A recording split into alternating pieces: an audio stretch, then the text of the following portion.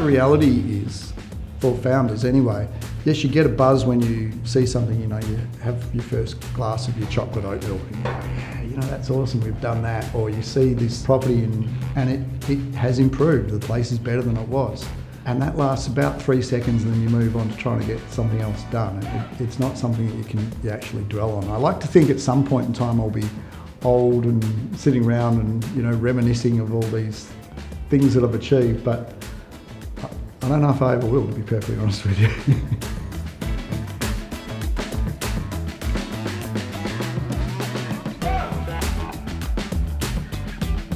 What's interesting is there's not many things WA dominates the world in. We produce around about 80% of the world's lupins in WA. Forget about iron ore, this is what we dominate the world in. And it's an amazing protein, it's really good for you. It's got as much protein in it as soy, which is the #1 plant protein. And it's low in fat, it's not genetically modified, it's low glycemic index, blah, blah, blah, and it tastes like concrete. So we feed it all to sheep and cattle. What we have is a technology that splits the lupin protein and makes it into the best plant protein on the planet. I was speaking to one of my old mates from sort of stockbroking days and I told him about this technology and he said, well, you'll be doing that, right? And I went, oh yeah, of course we'll be doing that. Yeah, makes perfectly good sense.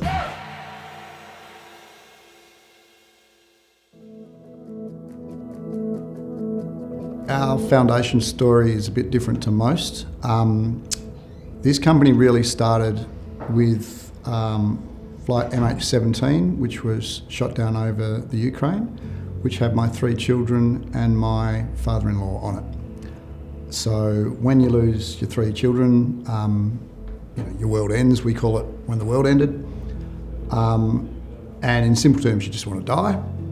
So soon after, I was back in Amsterdam for the worst possible reason and needing to find a reason to live, put bluntly. And I had a theory that I should look for where the meaningful money was going, because if I found where the meaningful money was going, then I would find some meaning or purpose for myself at the end of it. So I looked up a guy, Hans Schut, who was from Triodos Bank, which is the world's oldest ethical bank. Told him about an idea that I was working on, and he said, we could do that, but I'm actually not working at Triodos now, I'm going to go and work at this place called Commonland. This is Commonland's philosophy of 4 returns. The first 3 were the triple bottom line, which is what solar energy systems had been 20 years ago. It was social, environmental, and economic returns. But there was this 4th return, and it was the return of hope and inspiration. Now, I read this, and to be honest, it just pissed me off. I don't like stuff that, to me, sounds like bullshit. So I sat for a moment and went, well, let's take it practically. Where do you need the return of hope and inspiration? And that was immediately obvious to me. It's the West Australian wheat belt. It's an area 5 times the size of Holland. It has a lower population density than the Arctic Circle. They say there were more people there before white settlement. Farmers shoot themselves because they can't find a wife. The towns are dying. It's a place in need of the return of hope and inspiration. And then who needs the return of hope and inspiration? Well, that was at the time the Syrian refugee crisis. Basically what we did is we turned around to Commonland and said, we want to do what you're talking about in the West Australian wheat belt with Syrian refugees, and that's where we started. This is awesome. The potential benefits for regional WA are huge. For starters, you look at the housing crisis. Well, you can buy a block of land 2 hours from Perth for $10,000. That's a 1/4 acre block of land in the middle of town for $10,000. If you can get the jobs going, then people can live really cheaply in a really healthy environment. Over time, I think it's a really welcoming place too. And you do see examples of multiculturalism working really well in the wheat belt. Not that that's how it's viewed generally, but if you go to Katanning or parts of Dalwallinu, these towns are the only towns that are growing, and it's due to having a little industry that can work around that. Yeah, howdy. So here at Wide Open Agriculture, the first thing to show you would probably be our food brand, Dirty Clean Food. One of our big products is the oat milk. Got original coffee, chocolate and barista oat milk.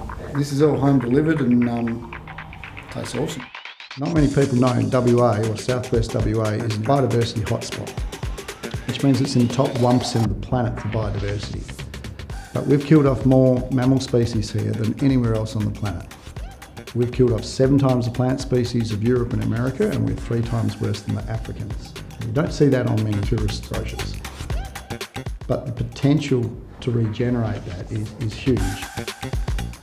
Our regenerative journey, about trying to be focused on regenerative produce, when you look at that, the most regenerative crop there is lupin. Lupin is something that actually puts nitrogen and carbon, so if you like, fertiliser into the soil. So we've always known, well, if we could do something with lupin, it would be great.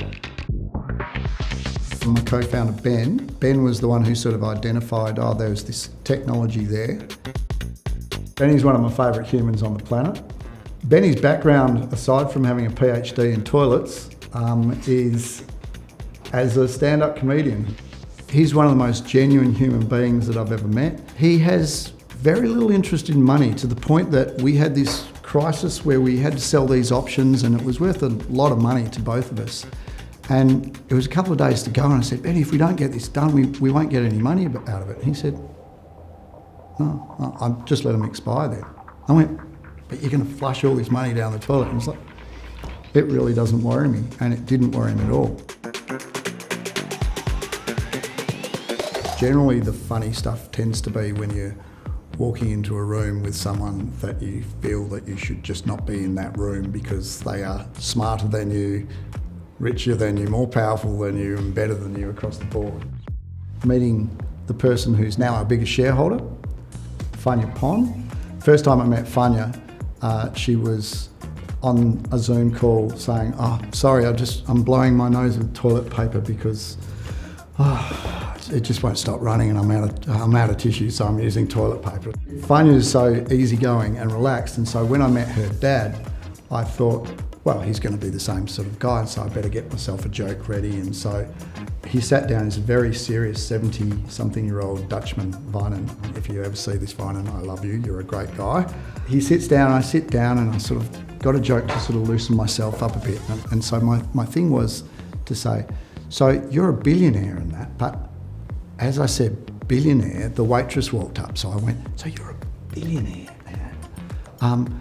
I just got to tell you, that's nowhere near as cool as the fact that your dad invented the combi, which is true. His dad invented the combi. How cool is that?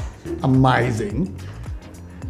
And I got this for 3 days, nothing. I was just going, oh no, I'm so sorry. He eventually sort of let me go, but yeah, anyway.